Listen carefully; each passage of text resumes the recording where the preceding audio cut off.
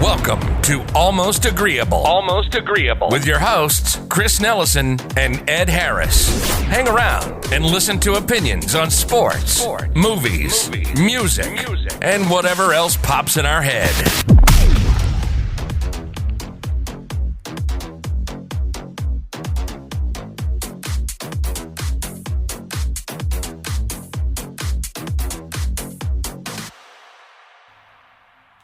All right, and welcome back to another episode of the Almost Agreeable podcast. I'm Chris. With me, as always, is Ed. And I just wanted to point out and reiterate that if you were looking for an episode on Tuesday, we apologize to accommodate football season and cover all of the previous week's games. We're going to go ahead and move our sports episodes to Wednesdays. So if you're listening to this now, it is, in fact, Wednesday. Woo! So a couple things. We're going to start off just with a small segment about what's going on in the NBA right now, with down to 4 teams. Here we have the Eastern Conference Finals and the Western Conference Finals. We just finished up watching the game here, and I gotta say I'm real disappointed with what's going on in the Western Conference Finals right now. I know you're disappointed. That was a very strange game. It was very unexpected. I mean, the Nuggets came out and they amassed this 20-point lead at one point. Right. And it wasn't like they were just blowing them out of the water. It kind of happened over time. It took them 3 quarters to get there. 4 quarters, actually, to get 20-point lead. Yeah. And each time the Lakers are battling back and kind of making it close-ish, but then kind of falling off. And then they get down 3 points. Yep. In the fourth quarter, they make it down. They're at 3 points away.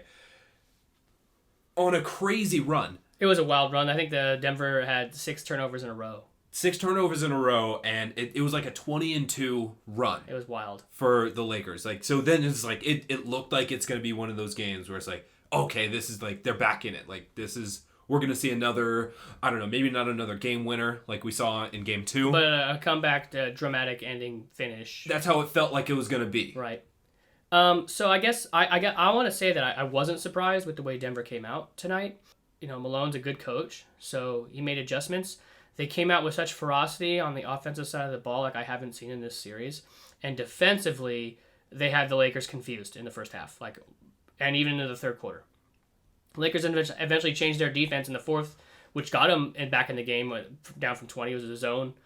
But at the same time, it's like I feel like some of the coaching decisions that Vogel was making in that fourth quarter were a little puzzling to me. Danny Green needs to just leave the bubble.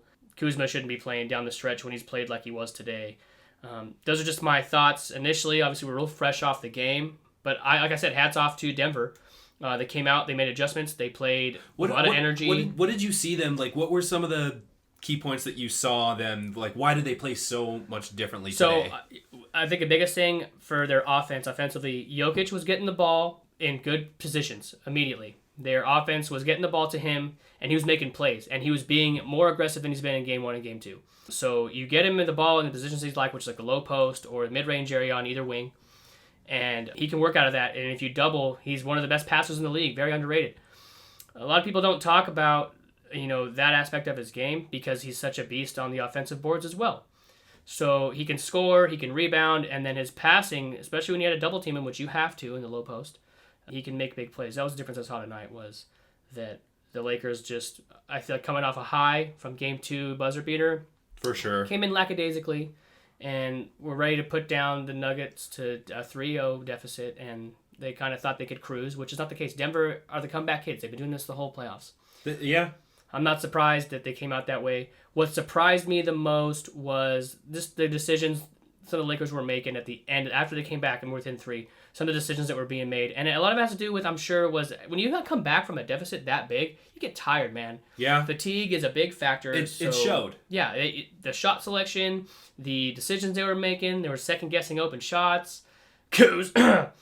And Bless so, you. Thank you. And so, yeah, like I said, not surprised. Hats off to Denver. They played a great game. They wanted it more. Lakers, like I said, the classic Laker move, like, oh, yeah, we're good. Let's cruise. Like I've seen it for my entire life. Forever. Yeah. Do you think more so that the Lakers lost this game or Denver won this game? Dude, why are you looking at me like that? Because I have an answer for you, but I'm going to let Russell Westbrook answer it for me. Russ, did you guys lose this game or did the Jazz win this one? What? Bro, what are you talking about, man? Bro, I'm out, man. It's tripping. Very good. Very good. Yeah. So no, if you want to be serious, I think it's neither. Denver came out, they won the game. If the Lakers would have played the entire time they played in the first 3 quarters for the fourth quarter, I'd say they lost the game. But they showed that they didn't want to go down and lose like that in the fourth. So it was just a good effort by Denver. Denver won the game. I wanted you to answer because that's how I feel. I don't think it was either of them. Yeah. A lot of times that's the question that is asked, and a lot of the times it's kind of obvious which one it is. Yeah. This time I don't think it's either. No, of those. it's not. And I don't think that. I mean, obviously, you don't want to give hope to a Denver team that was down 2-0. I saw this series going at least 5 games. I could see it going 6. I'd like to put it away in 5. I would have liked to have swept him, but I'm a realist. Lakers get lackadaisical, like every good Laker team with talent like that. So we'll see what happens going forward. Game 4, I see the Lakers bouncing back and taking 3-1 lead. Now You don't want that. that's what I was gonna say. You don't want them to have a 3-1 lead. You heard me. I was like, and now, 3-1 lead. I don't know, man. No, I'm not worried. I'm not worried. We ain't the Clippers. We ain't the Jazz. We're very, we ain't. Chill out. So I think we bounce back in Game 4. Let's. I don't want to spend too much time on the NBA, so let's move into the Eastern Conference Finals. Especially us. I want to stop talking about the Lakers, anyways. I'm getting angry. Very good. It's Game 4 tomorrow. Game 4 is tomorrow. 2-1 series. Yeah. Heat are up. Yep. Heat looked just amazing in the first 2 games. And then the Celtics get Gordon Hayward back, who looks like the original Celtic. Yeah. He looks like the Pringles guy. Yeah. Oh. Just that mustache dude is just. Yeah, I like that. Yeah. What flavor is the green bottle of sour cream and onion? Sour cream and onion. So he's a sour cream and onion Pringle guy. The best one. Yeah. Yeah, that is the best one. So I didn't know he was gonna be back in that game. Yeah. He cleared he was questionable or doubt. He's out and then he was questionable and then he played. So seeing that was just. I think that's the spark that they needed, reinvigorate him. Okay, we have our guy back. He's supposed to be their guy the last 2 years. Right. Well, I mean, they brought him in. He was a great player in Utah, and for him to come back in, especially when they're down 0-2, it really you could tell the difference on offense for that squad, and just the way he was moving the ball, the way he opens up the court offensively, and he's a good defensive player too. So. I see that being now a really good. I see the Celtics taking it tomorrow. They have momentum finally. They had their little spat, their fight, whatever they had after game 2. Yeah. And they hashed it out, and they seem to be collectively moving forward from that. And sometimes teams need that. Lakers did that shit all the time in the Kobe and Shaq era. Yeah, hashing it out, and you just got to break it down sometimes. Okay, come back together as a team, and let's go out and do this. Yeah. And as far as the Heat are concerned, that's such a good team, and they're so well coached. I think Eric Spoelstra is one of the most underrated coaches in the NBA, really, when it comes down to it. And so you can never count out Jimmy Buckets. The players on that team, as far as Goran Dragic and Tyler Hero and their 3-point specialist, Duncan Robinson, I think his name is, the most frat boy name. He looks like a frat boy. He looks like a dude that's going to call his dad because he knows a lawyer. But that dude can hit threes. That's a good squad. This is going to be a good series. Can't forget Celtics, about Crowder, coming in clutch. I think the Heat just need to continue doing what they're doing. Right. I picked the Celtics to win this, but I mean, if the Heat just continue playing the game, they're more chippy. They have that chip on their shoulder, and they, as of now, seem like they want it more. They did in games 1 and 2. And so what I'm saying is, if the Celtics can win tomorrow, I can see this series going 7. And this is, what I've been talking about the entire time is that the Heat, are hot. The Heat are on fire right now. And so, the Blazers streak, they fell through. It fizzled. They were hot for a while. It fizzled. And if we see a win by the Celtics tomorrow, that could very well happen to the Heat. Yeah, the fizzle. Yeah, that Heat flame kind of goes out a little bit. Yeah, because they're on a high right now. They are, and after what they did to the number one seed. Yeah. That was dirty. And Really they swept their first round. Really dismantled. They've dismantled all of their opponents so far. It's been surgical, too. And that just goes down, like I said, it goes back to coaching, because what happens is you make adjustments. I think the biggest reason that Miami lost Game 3 is because in Games 1 and 2, their game plan was this Celtic squad here. You throw Gordon Hayward back into the mix. They weren't sure if he was coming. He did. He made a difference. Now it's on to the Heat. The onus is on them to adjust to Hayward being back in the lineup. And now what Brad Stevens has to do is say, okay, so now like I gotta, you're back in. Now we gotta ramp it up. I want to go ahead and play you more minutes. You're gonna go ahead and we're gonna reinvigorate the offense in different ways that we weren't doing in Game 3. It's a chess match in series like this. I love it. Yes. It's one of the reasons I love NHL playoffs, baseball playoffs. Not so much baseball because the strategy doesn't really change a whole lot. It's all about pitching. But in the NBA, it's a chess match. It's like who can make the best adjustments going into the next game, and what players are able to execute the coach's game plan and not go fucking rogue. Yeah. Kobe used to go rogue all the time. For sure. So it's it's going on during football season, so a lot of people aren't really watching it.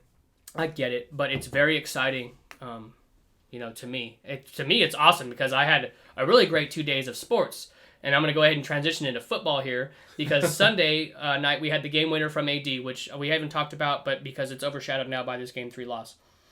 That being said, buzzer beater by AD Sunday night, riding that high, going to Monday Night Football. Raiders pull an unexpected victory out. Now we'll get to that game in a little bit, but let's start with Week 2. Of the NFL, right? We had a very interesting 10 a.m. slot of games. Well, I think you said it best. We weren't watching it together, but when you described it, you said it was a bloodbath. Yeah.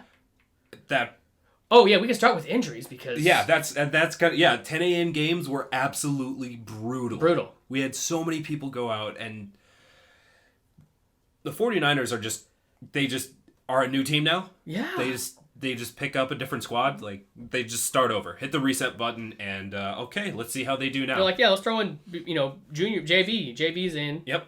And it's wild because I thankfully, and because, I hate players getting injured, so thankfully, Jimmy Garoppolo, not too serious. He comes back in a few weeks. But the losses of their two defensive guys, right, Solomon Thomas and obviously Joey Bosa. Or is it Nick Bosa? Nick Bosa. Sorry, fuck them both, but... Nick Bosa. We should both hate the Bosas, right? Yeah, we both hate them. You have a Bosa in your division, I have a Bosa in my division. Yeah. Fuck them both. Although I'm not... that is not to say in any way that I'm glad he got hurt. That is awful. Yeah. That's terrible. So I guess that it was a good thing they were playing the Jets, right? Because... They still destroyed? Was it 31-13 or something? Yeah. And that 13 is it was a garbage time touchdown. Yeah, for big time. We can't gloss over that Raheem Mostert he got hurt too, right? He did. Yeah, he started off the game with an 80-yard touchdown run and then got hurt. What was his injury? I don't remember. There's a whole list on Twitter of just notable names that went out. It was depressing. It just just kept going. His injury was just a MCL sprain, so nothing too serious. So he could be back in a couple weeks. He's definitely going to miss Week 3. But injuries were a big deal. I don't want to skip over Saquon. Just very. It's not like we're gonna list everybody. We're not an injury podcast. Yeah, we're not. It was just a bad day. Yeah. I know that you and I both had games after those, and we were like, "Oh fuck! I hope our guys are gonna be okay." Yeah. And we'll get but let's start with the Thursday night game. Yeah, Browns and Bengals, Battle of Ohio. I'm sure Ohioans. What do you call them? Ohioans? Ohioans? Ohioans. Ohioites. Ohioans. Ohioans. San Diegans. San Diegans. And there's 300 very angry San Diegoites. San Diegoans. San Diegoans. San Diegans. San Diegans. So, I mean, I don't know I think people were more excited to see Baker, number one pick versus number one pick, as opposed to the actual game itself. Yeah. Baker had a game. He played football. He threw 2 touchdowns. He threw a pick. He went 16 for 23. Yeah. It wasn't a crazy good game, but Nick Chubb destroyed. 2 touchdowns. That's what, and Kareem Hunt did well as well. Yeah, he had a receiving touchdown. So, I mean, that's really what went well for them. I don't know what was going on with Joe Burrow. I think they just put him in a position where he had to throw, so that's why he threw for 61 attempts. 61 attempts. and there was a stat I saw. He threw 61 attempts versus the Browns, and that is more attempts than Jimmy Garoppolo threw in his entire playoff run last year. He threw 58 attempts. That's just a testament to that freaking running offense on San Francisco. Well, I mean, what did he throw? 8 passes in the NFC Championship game? Yeah, that's it. Well, Like, when you just said that stat, it occurred to me that it was like, oh, yeah, he wasn't throwing a whole lot. And, like, so that says a lot about Jimmy Garoppolo. Says a lot about the running game of San Francisco. But it says a lot about where the Bengals are at. Okay? They felt like they had to throw a rookie in. The number one draft picks are expected to start probably most of the time. absolutely. So it's like you throw him in, and you expect you make him. He threw 61 times. It's like, okay. They just signed Joe Mixon to a nice extension, and now they're doing this. Like, not trying to establish the run or like even give it a shot. They're just like, oh yeah, go throw 61 times. We believe in you, guy. You'll be fine. And it didn't look bad. Like, It wasn't bad, but nobody throws for 61 times. and wins. No, No, it's not a thing. that's not a thing. This You're is throwing, the NFL. This isn't college. You're throwing from behind if you're throwing 61 Yeah, times. and I guess I don't know. Have you seen that meme where it shows like it's like Cleveland, Cincinnati, and Detroit, and it's like Oh, the Bermuda Triangle? yeah, the Bermuda Triangle, like where talent goes and Of shit? never yeah. And so I mean, we'll see what happens with Baker. Obviously, we've seen him a couple years now, but I still feel like, Burrow didn't play terrible. When your coach makes you throw 61 times and you don't look terrible, that's a good sign. Yeah. Okay. Yeah. All right. Yeah. I mean, either way, you're going to be putting up numbers. You throw 61 times. Yeah. Like, Well, you better. you better. Fucking better. But Okay. Well. that really sums up the Thursday night game. Yeah. Browns won. Bengals tried their hearts out. Yeah. That's it. I got Giants and Bears. I think people are fooling themselves into thinking that Mitch Trubisky is back when he's not back. He beat the Giants and he beat the Lions.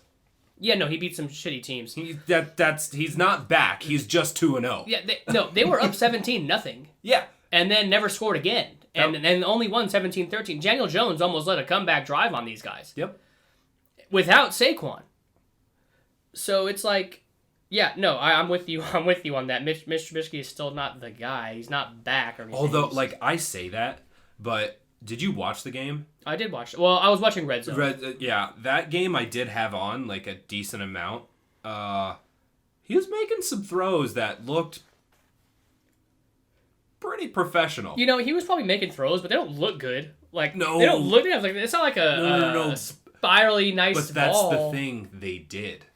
I don't They believe did. you. I don't believe you. So, Picks or it didn't happen. So maybe... No, he doesn't want any picks, dude. No picks. Oh. So maybe, you know what?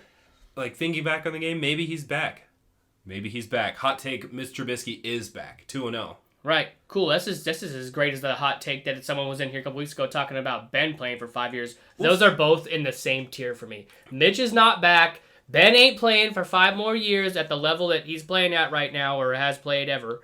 Hey, we'll see. Yeah, we will see. So, this is a fun one. Falcons and Cowboys. What the fuck happened? Well, here's the thing. Yes, was I surprised? Yes, I was surprised. But also, after the initial, what the fuck happened, I was like, oh, that's right. The Falcons, they do this. This is what they do. They're allergic to winning. Yeah. They it's handed to them on the silver platter, and we're like, oh, we could fuck this up. I saw a sentence the other day, and it was like, the Falcons once again stole defeat from the jaws of victory.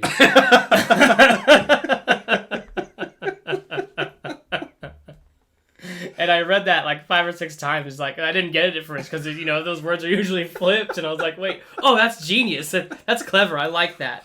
And that's what they did, because I think we can talk about. I mean, Dak had an amazing game. Yeah, it ended up how the Cowboys started out in the first quarter. I think they had 3 fumbles in the first quarter. Wasn't good. No. Started out very bad. I also was questioning Mike McCarthy's play calling, okay? I want to point this out before we get away from it, okay? Because we're talking about the 3 turnovers. I want to talk about the 2 fake punts this motherfucker called for. Okay, the first one was a 4th down. Obviously, you're going to punt on his own 40, which isn't terrible, I guess, but still probably don't. The other one was on his own 29. Yeah. They both didn't work. Yeah, but he faked him out. He faked his own team out. He got bean-boozled himself. Yeah. So I'm sorry, kids. Yeah, the 3 fumbles, bad. I don't know what Mike McCarthy's doing. I think we just got like Jason Garrett 2.0 in there right now. It's what it seems, because I mean he made some more than questionable plays last week at the Rams. So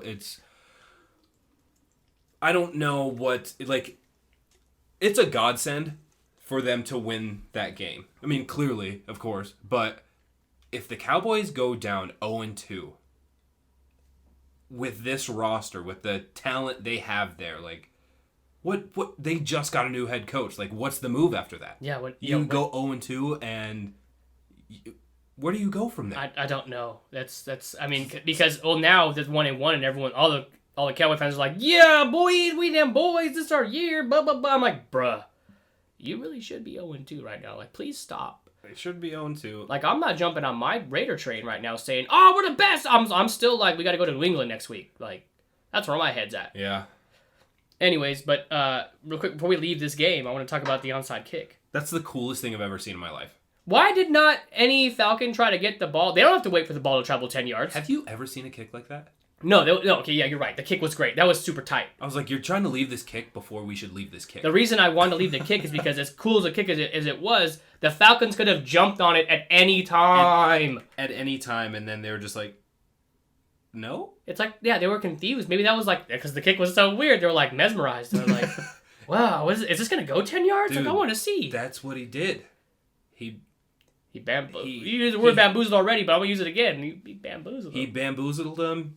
He hypnotized them, is what he did. They were all watching that ball like it was nothing, and rightfully so, like it was nothing they'd ever seen before. Yeah, he hypnotized them. That's what it was. And then I didn't think it was gonna make the 10 yards, and then it did this little like pivot where it got like to like 3 or 4 yards out from the 10-yard mark, and it said, and it just jumped right up there. Just went in there, and they still were like, it did. No Falcon jumped on that ball until a Cowboy did. I don't like it. I don't care about the Cowboys. Like, whatever, they can do whatever because they're not gonna win anything. But like, it just upsets me when any team is that dumb.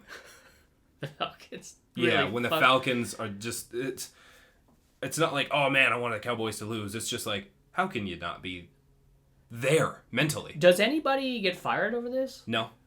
Special teams coach? Nope. No.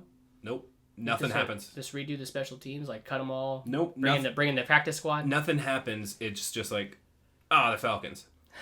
Like nobody. I haven't seen any like reports of like, oh my god, like the Falcons, all this stuff. It's just like, oh yeah, great. The Cowboys are 1-1.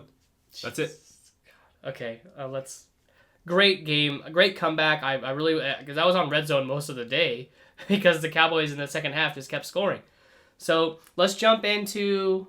We don't need to jump into too much, but like Lions, Packers. What the fuck? Okay, Aaron Rodgers once again owns the NFC North. Do we need to fire Matt Patricia? Oh, 100%. Matt Yeah. Patricia is absolute garbage. He is. Absolute garbage. Matt Patricia likes to think he is the best of the Bill Belichick disciples, and he's just not. Well, because none of them have... Vrabel, yeah. I mean, but have any of them won a Super Bowl? No, fucking, what's his name? McDaniel went crawling back to New England with the tail between his legs after this failed experiment in Denver. Exactly. So... And they already said that. I've heard pundits talking about as soon as Matt Patricia gets fired, he will also come crawling back to Belichick. I could see it. Like, but yeah, he likes to think that he's Belichick, and he's just not. No. He's just not. No one's Belichick. The only person that's Belichick is Bill Parcells, and it's because Belichick is Bill Parcells. He's the other Bill. Yes. He's the other Billiam. So I don't know what the Lions are doing. This is kind of par for the course for Lions fans, though. Like, they're just like, yeah. Yeah, but, yeah. I talked to one the other day. Yeah, you're right. Okay, Jags-Titans. Now, that Jags-Titans game came down to the wire. It did. We had a couple really good games this week. There was a few on that. Like I said, that 10 a.m. slot had 10 games in it, and they were all pretty good. To me, I think this Jags team, they're not... Minshew's not a chump. No. No. I mean, before the season started, I was like, okay, easily, I'm taking Baker over Minshew. And I'm still sticking to that right now. I'm still sticking with what I said. All right. I'm still taking Gardner over Baker. I'm still sticking to that right now. But Minshew has kind of shown some maturity. He doesn't seem like he's that Minshew mania, like he hasn't shown that side. Like he's making plays and it's not outlandish. No. He's kind of just playing the game. He's playing the game. And on the other side of that, Titans, right? Like, that division's going to be fun to watch. Just based on that game, and then seeing the Colts and the Texans are already, they're 0-2, but we'll get to that in a little bit. But that division's going to be fun. I think Titans, they look good, but I think the reason that I think the Jags are no chumps is because Tennessee had a tough time with them. I mean, Tennessee is a team that went to the AFC Championship game last year, right? Yeah.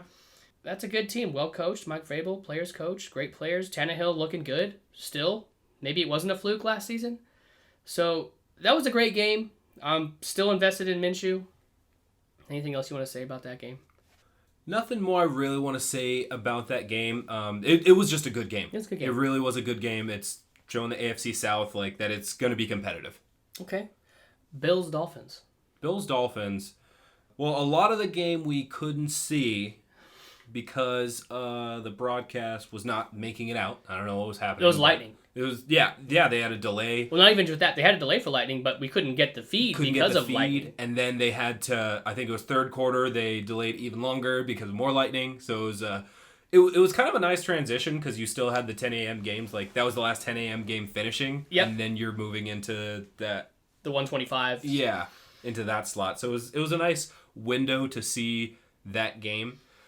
But that game was crazy back and forth. Yeah. I don't know what was going on.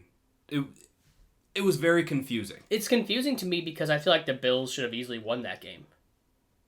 They should have. Right? They should have. I mean, Josh Allen still looked like a stud, but I think they shouldn't have had that much trouble handling the Dolphins, especially with Fitzmagic, because I want to say this right now. Tua, please. Tua, please. You guys are rebuilding. Throw Tua in there. Yeah. I don't think I'm sold on Josh Allen yet, though. I was thinking that, like, beginning of the season, I was like, oh yeah, Bills should take it. They should take the AFC East. I think that if any year, this is the year. Not saying like, oh, okay, yeah, it's going to be an easy thing. Saying that they still have to overcome the Belichick Patriots. Right. They have beaten the Jets, and they have beaten the Dolphins. Not, like, handily did they beat the Dolphins. No. They kind of, like, they beat the Jets by 10, and they just had a back and forth with the Dolphins. Yeah. So, I mean, the guy's putting up insane numbers right now. Yeah. But I don't know if that's... I still stick with that take, but I would have to see more. You can't struggle with these teams.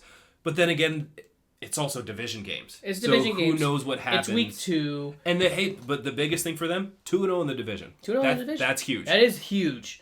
And then, because you only have 4 more games to play in the division. Yeah. Right? That's massive. So it's hard to say that I'm, like, completely sold on them because these teams, but it's also division games. Yeah, So I am sold on Josh Allen. I think their defense is kind of suspect, letting Fitzmagic.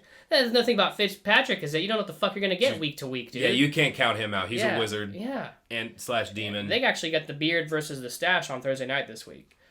Minshew versus Fitzpatrick. That's right. So we'll see how that goes. But, okay, moving on. 49ers, Jets. We talked about that a little bit at the top of the segment. Yeah. Just pretty much like feeling bad for the 49ers. I don't know if your sympathy is as much because it's in your division, but It's rough. You never want to see that. They still went out, Nick Mullins went out and handled. yeah. The business. Jets are so bad. Are the Jets the worst team in the NFL? I don't know. I think that's still the Dolphins. I don't think or is it the Lions? It's the Jets or the Lions. It could be the Lions. Okay. Next, I got Rams Eagles, which hold on. I do want to talk about Carson Wentz a little bit. What the fuck? There's a lot going on with that team and a lot going on with him. So I feel like that's a deadly combination, well, for himself. Yeah. I don't think he's all there. Yeah, where is he? I don't think he's all there as well as the Eagles. I mean, they sustained so many injuries last year at the end of the year, or actually throughout the year. But coming into this year, then we're having more injuries, and he's just not getting the protection that he needs. Right. So then that's even putting more pressure on him. It's like Joe Burrow. It's like you're kind of making him win the game. And with nothing, and you're really forcing him into that position. It's not like he's a rookie or anything. He knows how to handle these situations. He's done it before. He's very good, but I'm with you because I think he's playing like butt. But like I like Carson Wentz, and I do attribute their failures in recent the few weeks and last season to injuries. That's huge. Their injuries have not just been a huge quantity, but the quality of players that are going down is very bad too. So, but like it is affecting that team, but mainly Carson Wentz, and they just look bad, man. They look real bad. They might be the second worst team in that division, which is saying a fucking lot.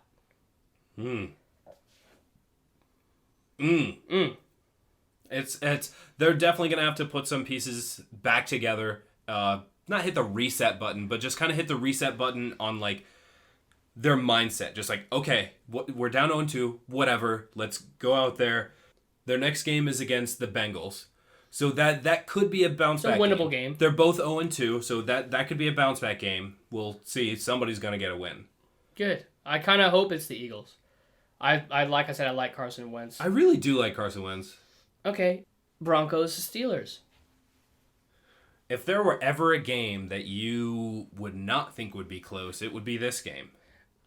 I think a lot of that has to do with the same reason that the Chiefs-Chargers game was close, and we'll get to that. But I think the same reasons this game were close is because the Steelers built up a game plan to stop Drew Lock, and then he got hurt. And then they're like, oh, it's just Driscoll. And then Driscoll was like, no, I came to play. He was like, no, I did pretty decent with the Lions last year. Yeah, and Ben looked good. Ben looked good. Ben looked rejuvenated. Yeah. He could still huck that ball. Yeah, oh, he can. I don't know if it's going to be for 5 years. But he can still huck that ball. Right. I'm never going to let that go, by the way. No, I know. Okay. But they really put it away at the end. Like, the Broncos tried to come back, and they were in it. They were in it for most of the game, and then Steelers was just like, oh, we're better. Yeah, Steelers were like, okay, yeah, we're the veteran team. Like, we're a good team. We have we're obviously the better squad. Like, this shouldn't be happening. Yeah, and like, I think, to me, I was watching that game, going back and forth in the red zone, and it was like, I personally never felt like the Steelers were going to lose. Yeah, it was one of those things that it was just like, oh, this would be a huge upset. Like, this was not... No, never occurred to me. Shouldn't have been a close game. No, I don't even if it was a close game, I just never thought... It was a close game, but it never occurred to me that Steelers could lose it. Yeah. And that's just a tribute to Mike Tomlin and Big Ben playing the way he did. He does look good. I'll give him that. And some Denver coaching issues. Bro. There's so many coaches I think they're on the hot seat. That's going to have to be another time, though. Bucks Panthers. Not a lot to say there. Brady's finally settling in. Panthers are fucked without McCaffrey for a couple weeks. They are, and that's the thing is that you get rid of Cam, but you bring in a guy who's like a white wall. Like he's just a boring guy, and there's nothing wrong with that. Most walls are white, right? So there's nothing wrong with that, but he's not the guy who's going to win the game for you. He's not going to lose it for you either. He's going to go out there and be a quarterback and just get shit done, but he's not going to lead a huge comeback. He needs somebody around him like McCaffrey, like when he picked up for Drew Brees last season. He had Kamara. He had everybody around him. Yeah. But yeah, he needs players like that around him to support him. I mean, what quarterback doesn't? But he's not the guy who's going to go out there. He's not Aaron Rodgers. Yeah, he's not going to go out there and win the game for you. Right. And like I said, Tom looks like he's finally settling in a little bit. Yeah. Yeah. Washington football team and the Cardinals. Not a lot to say there either. I watched a lot of that game. Washington never looked like they were in it. They just weren't in it. Kyler has shown so much growth. Oh my goodness. Watching this kid, I called it. Watching this kid go year 2, wow. Like, wow. It is. Well, it helps when you have fucking Larry Fitzgerald and DeAndre Hopkins catching balls. It does. Old Larry himself. He's going to be in the league till he's like 50. I love him. I love Larry. So nicest guy ever. He's great, and he's still just balling out. And then you throw DeAndre Hopkins in, who's going to be like the heir to, Larry. Yeah. And Kyler, like I said, you said his growth. I can't say I'm surprised by it, What does surprise me a little bit is how quick it happened. I'm thinking year 3 he's going to be running around like doing what he's doing. What's happening in this beginning, the very infancy of this season, it's happening. I can see it. They look like a good squad.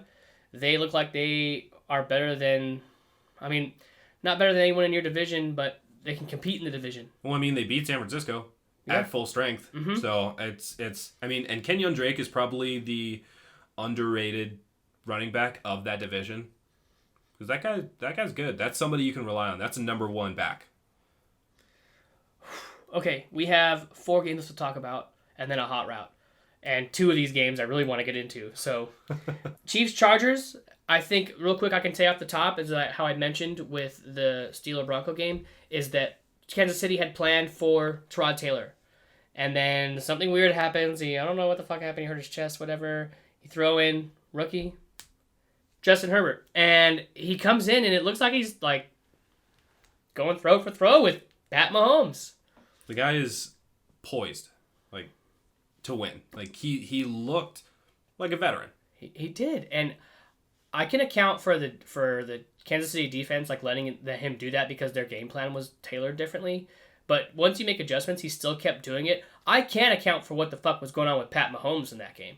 I don't know. That might be his worst game ever. And they still won. They almost tied. Yeah. I wanted that. It was very close to tying. I wanted that tie. But Pat Mahomes had moments in that game, even though we probably can agree that it looked like his worst game. He still had fucking Pat Mahomes moments that I was just like, of course. Well, yeah. He was just like, oh, we're losing, but like, I have Tyreek Hill, so I'm just going to throw a 50-yard bomb. Like, what am I doing? Yeah. It's like he turned on a switch. Yeah. And that's what he does. That's what the Chiefs are known for just being dangerous like that. So fast. Well, so what do we think about the Chargers now? Like, I know I was talking about how terrible they were going to be coming in, but like, well, they're going to start Tyrod Taylor again next week. Coach came out. They said that he's their guy. Mm-hmm. They said Tyrod's their guy. Chargers defense is solid. Yeah. More than solid, and that's for sure. But I know they're coming out with Tyrod, and I think that's still fine because they're not. I don't think they were planning for this season to be any kind of playoff run anyway. So they're just seeing. They're just playing and seeing, like, okay, how is this going to play out? I think that's where they're at. Not really ready to make that next step yet. Okay. All right. Ravens, Texans. The Ravens just own the Texans. Yeah. And Deshaun Watson is doing Deshaun Watson things. He's got to get rid of the ball when he's about to get sacked, man. He's not smart with the ball when the routes, break down. He's not good with the ball. He's really not. I feel like all this talk about him, like he's been kind of overrated in my mind. I think last year he still performed. He's just not. He can't finish. That's his problem. He's not getting to the next level. He's been at the exact same level for years. Whereas Lamar's broken through, Pat's broken through. Yeah. And he's just kind of chilling. Like, do you think he's plateaued? I think he could be. I think it'd be so easy for him to be better. I think it'd be very easy for him to be better. Just to have better, like, field view, like, vision, and then know when a play is broken down and to just get rid of it. Get rid of it. You don't want to have a 2nd and 26, Yeah, it's just the worst. And then so it's like, I don't know. And it doesn't help that Bill O'Brien's the head coach. Makes some questionable calls, to say the least. Yeah.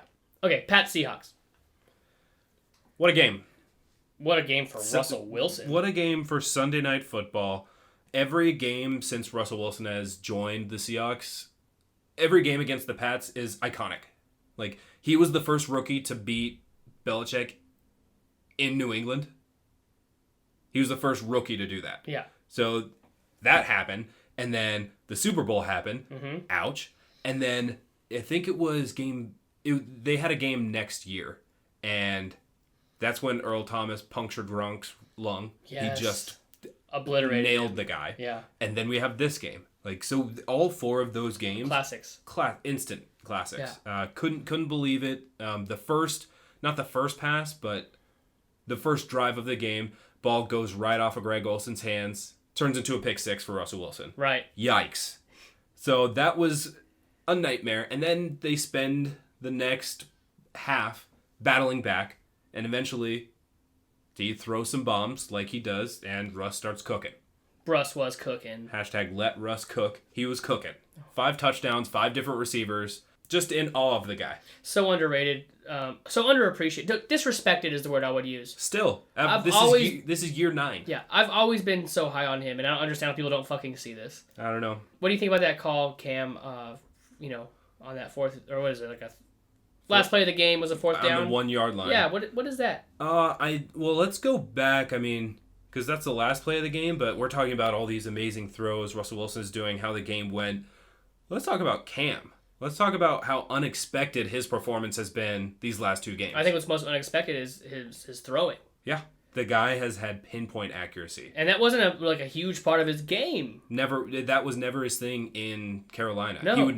He would make throws. He would make above average throws, but he was never the pinpoint accuracy guy. He looked good on Sunday night as well. He really did. I was just like taken aback. It was scurry. It was scurry for sure. So to end the game, they're going back to the exact same play that had worked for them multiple times already. And it wasn't quite the exact same play, but it's the same basic mindset, okay? You have this guy who's 6'5", he's huge, he's long, on the 1 yard line.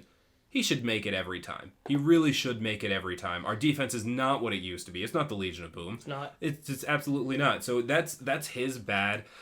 He didn't initiate the contact, but he was looking for contact when he easily could have just gone outside. Run to the sideline, and that's an easy one for you. Yeah. Okay, last game of anything else, like just anything notes? No, I'm seeing Cam perform the way he's been performing. It's definitely still going to come down to, I think, week 16 is when Patriots and Bills have their last game together. So I think it's going to come down to that. Yeah, big game for them next week. They got the Las Vegas Raiders coming to town, the next team we're going to talk about, right? Yeah. Monday night game, first game in Allegiant Stadium. Beautiful stadium, inside and out. Very emotional, I'm sure, for the Raider players. You got Drew Brees and the Saints coming into town, a very well-oiled machine with Sean Payton and Drew Brees, Dalvin Kamara. I know for a fact that I watched a lot of analysis coming into the game. Yeah. Nobody picked the fucking Raiders. Yeah. And I expected it. I expected to lose a close game. I think that was kind of the consensus. Yeah. That I was expecting it to be a close game. I'm like, okay, the Raiders have the best offense, like we've been saying, the best offense they've had in 20 years. So it's like I could see them pulling it out, but I was thinking it would be a close game, edge to New Orleans. Right. And it kind of what started off as almost like it was going to be an ugly game for the Raiders, right? They go down 10-0. Yep. And then the offense finally finds its footing. And then the whole second half, it kind of was just like, the Raiders got this. Like, yeah, it's kind of how it felt. Yeah, it felt like they were just coasting. It felt like New Orleans was just rattled. They were frazzled. They were rattled. They were whatever you want to say. They were crumbling. Do you think Michael Thomas is that big a part of their game that Drew Brees needs to rely on him to get that much yards after the catch? No. Drew Brees doesn't launch that ball anymore. No, I don't think, because everyone was like, oh, they didn't have Michael Thomas. I'm like, you know how many fucking teams are dealing with injuries right now? Like, Derek Carr didn't have, like, 2 of his starting O-linemen last night. And it's like, oh, he didn't have Michael Thomas. It's like, okay, well, who did he have? He had Alvin Kamara. He has Emmanuel Sanders running around out there. I don't like to hear that shit. Also, like, Brees is Brees. Like, he's developed this. Like, he doesn't need this one guy. Maybe, and I don't want to say this. I'm not saying that he's washed. That's been the analysis in the last 24 hours that he is. Yeah. And it's like overreaction. Of obviously. Course, you see one game and you're like, that's it. Like, the last 5 years been like, Brady's done. Yeah, but I think it's like you said.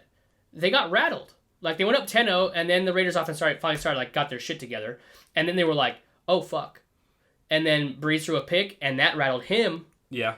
And then, we go into the half, essentially a 0-0 game. Yeah. 17-17. Yeah, exactly. And then Raiders just came out and fucking doing ballsy plays, going forward on fourth down and stuff like that. And, yeah, they looked rattled. I do think that's still a big part of the Saints' game plan is the yard after the catch. That's because Drew Brees, it's a very timed throw. He throws short passes. Rarely does he throw over 20 yards, but it's very mid-range passes, and he relies a lot on the yards after the catch. Right. And yeah, of course, Michael Thomas gets that, and Kamara usually gets that too. I mean, his receivers usually get that. He throws them in stride. He's the most accurate quarterback of all time. Right. Well, and they just didn't have that last night. No, they did not have because it. Derek is the same kind of quarterback as that. Like, you look at analytics. Yeah. Like Derek Carr, obviously not the career that Brees has had, but like analytics as far as yards per pass and where he's throwing it and how quick he's getting the ball out. Derek is very much mirrors Drew Brees. But the difference is Josh Jacobs. Now, not to take away from Derek. Derek played a great game last night after that first quarter. He really did. But no one can understate Josh Jacobs. That defense loaded the box every fucking time he was in the backfield. They may have not let him get 100 yards like he usually gets, but Derek was throwing dinks and dunks to him, to Jalen Rashad out of the backfield, and then hitting Darren Waller mid-range, and we're just eating first down. We went 10 for 17 on third down last night. Whoa. Sorry. I was just very impressed.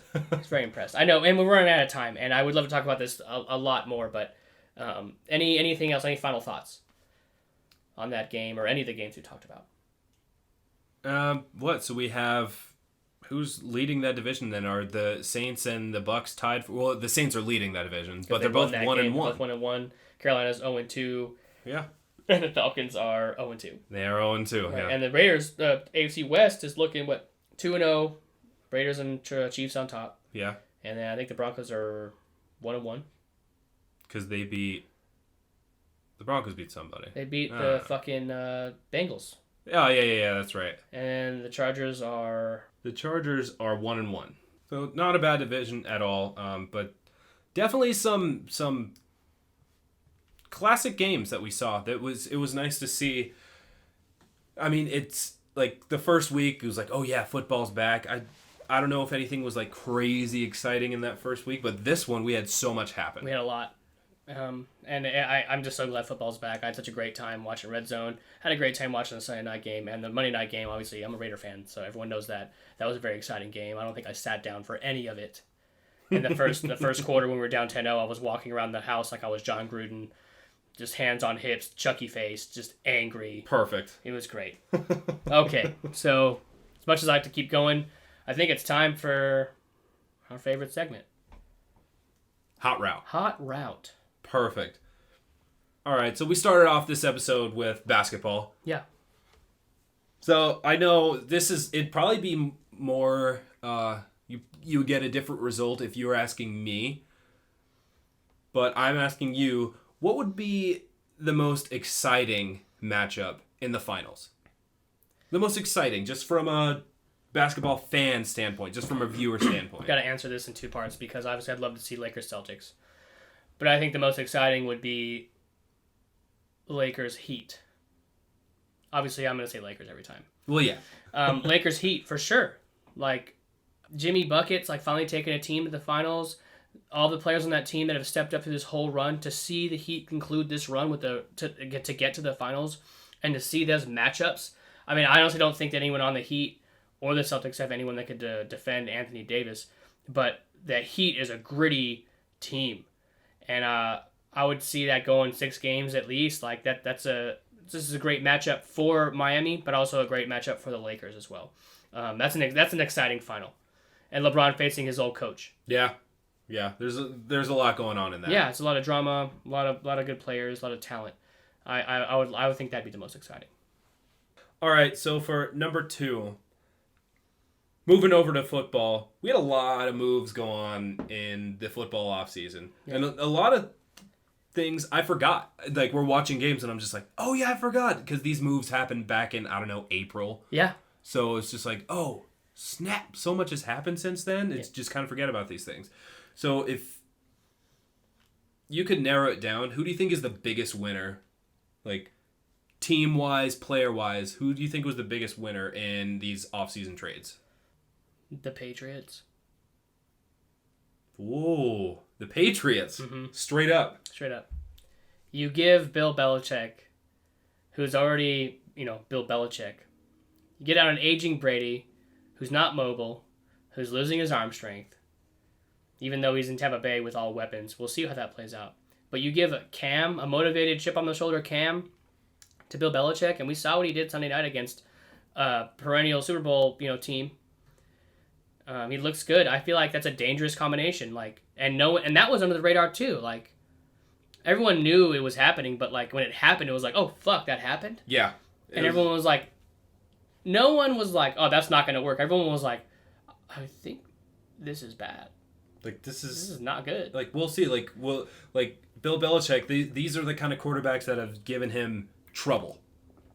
Yeah. And now he gets to play with one. Now he has one. Like it's. I think it's the Patriots, and obviously I need more time. This is like a fallacy of recency of things that are just happening, but I think it's the Patriots. Like you pair, a quarterback like that with Bill Belichick. I think we'll see in the coming weeks that's going to be the most beneficial offseason move. Perfect. All right, and the last one. We've had some teams lose that we didn't quite expect in the NFL season. Who do you think is the best 0-2 team right now? So who's 0-2? So we have we have the Detroit, Lions, Giants, Texans, Denver, Atlanta, Miami, Philly, Minnesota, Jets, Cincinnati, and Carolina. Houston. Easily Houston. That would not be my choice. Who would be your choice? Wait. Who would be your choice? The Vikings. No, dog, it's Kirk Cousins. It is Kirk Cousins, yes. But I don't know. I don't know how sold I am. Like we were talking about, like we're not seeing growth from Deshaun Watson. I don't know. I think that the Vikings have a better team. Look who they had to play in the first two games of the season. I understand. But I think that the Vikings have a better team. Did you see what Kirk Cousins did this weekend? I know. I understand. They lost to the Colts, okay? To the Phillip Rivers Colts. But I think that they have a better team around them than Deshaun has. And of these 0-2 teams, I think the Vikings have a better team altogether. Better quarterback, Deshaun Watson, absolutely. But better team, I think the Vikings. Yeah, but it's because I think that Deshaun's a better quarterback that they're the better 0-2 team. Because it all starts with the quarterback. Okay. It's starting to become a thing where Kirk Cousins isn't only just shrinking in primetime games anymore. He's just shrinking in games. Dude, all right, look, you don't need to be a prolific quarterback to win a Super Bowl. Get the fuck out of my house. What's his name? Brad Johnson? Get out.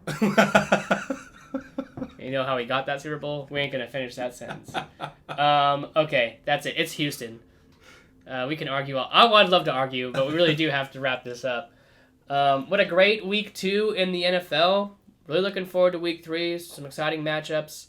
NBA playoffs are interesting now. 2-1 series for both. We'll see what happens in the game 4 for Celtics and Heat.